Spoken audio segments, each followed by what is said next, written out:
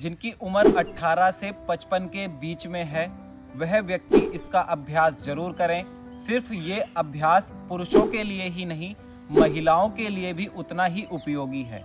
तो ब्रह्मचर्य का पालन प्रत्येक पुरुष को अपने जीवन काल में करना अति आवश्यक होता है। अगर आपका ब्रह्मचर्य किसी कारणवश भंग हो जा रहा है, जैसे कि धात रोग, स्ववीर्य पतन, शीघ्र पतन, शरीर कमजोर होता जा रहा है, तो ऐसी समस्याएं सिर्फ एक छोटा सा अभ्यास करके आप खत्म कर सकते हैं।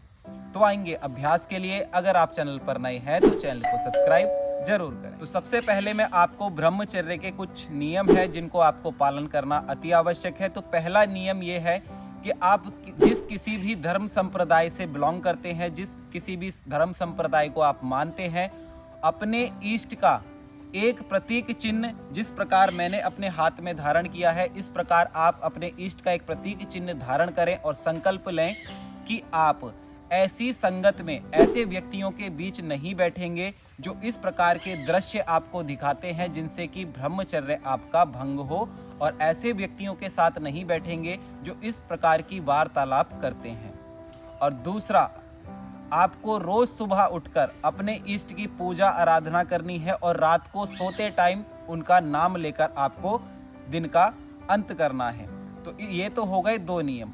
और तीसरा नियम है अपने माता पिता के संपर्क में हमेशा बने रहना है, अपने माता पिता की नजरों के सामने हमेशा रहना है। तो ये था तीसरा। चौथा नियम है आपको गरिष्ठ भोजन नहीं करना है, तामसिक भोजन से बचना है। तामसिक भोजन किसको कहते हैं? अंडा, मांस, मछली, अधिक तला भुना हुआ, अधिक तिक्त भोजन या बिल्कुल ही कड़वा, कुलथ की दाल या खिचड़ी बनाते हैं आप मूंग के दाल की, उसमें दही डाल देते हैं, तो वो भी तामसिक भोजन में ही आता है। तो ऐसे भोजनों से बचें जो आपके शरीर में गर्मी उत्पन्न करें और आपको नाइट फॉल जैसी समस्याएं ना हो। इसीलिए मैं आपको तामसिक भोजन से बचने के लिए कह रहा हूं, क्योंकि ये समस्या भी आपकी ब्रह्मचर्य को भंग कर देती है। तो आपने तामसिक भोजन से बचना है। अब मैं आपको अभ्यास समझाता हूं कि आपने अभ्यास क्या करना है।